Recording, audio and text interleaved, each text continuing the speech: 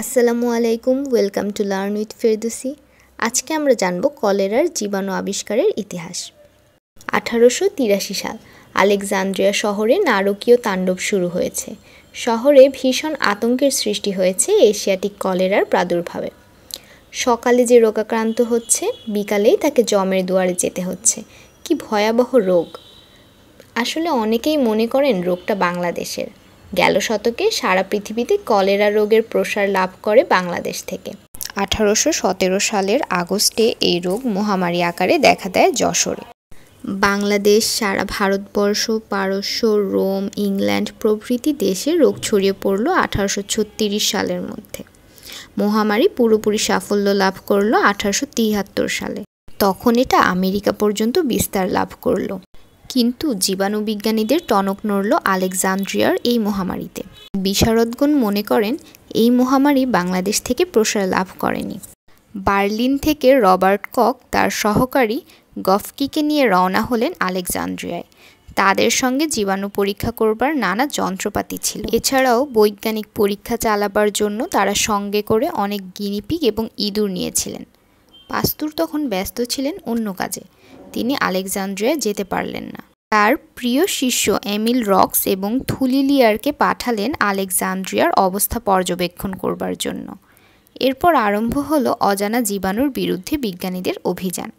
আহার নিদ্রা ত্যাগ করে তারা জীবাণু বের করার চেষ্টা করলেন এবং জীবাণুর নমুনা সংগ্রহ করলেন। বিজ্ঞানীদের কাজ আরম্ভ হতে না হতে আলেকজান্দ্রিয়ার মহামারী শেষ হয়ে এলো। কলেরার জীবাণু আবিষ্কারের একটা সুরাহা হওয়ার আগেই আলেকজান্দ্রিয়ার শান্তি ফিরে এলো।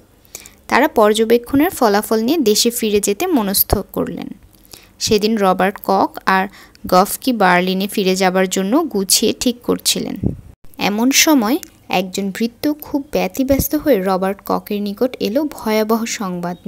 ফরাসি বিজ্ঞানী থুলিলিয়ার কলেরা রোগে আক্রান্ত হয়ে মৃত্যুবরণ করেছেন। থুলিলিয়ারের শেষ যাত্রার পর আলেকজান্দ্রিয়া থেকে বিজ্ঞানীরা দেশে ফিরে গেলেন। রবার্ট কক আলেকজান্দ্রিয়া থেকে কলেরার জীবাণুর নমুনা নিয়ে এসেছিলেন। অণুবীক্ষণ যন্ত্রের সাহায্যে দেখতে পেলেন সেই জীবাণুগুলির আকৃতি কমার মতো। সেই থেকে জীবাণুগুলোকে কমা জীবাণু বলা হয়। কক এই নতুন জীবাণু সম্বন্ধে আরও তথ্যাদি সংগ্রহ করার প্রয়োজন অনুভব করলেন।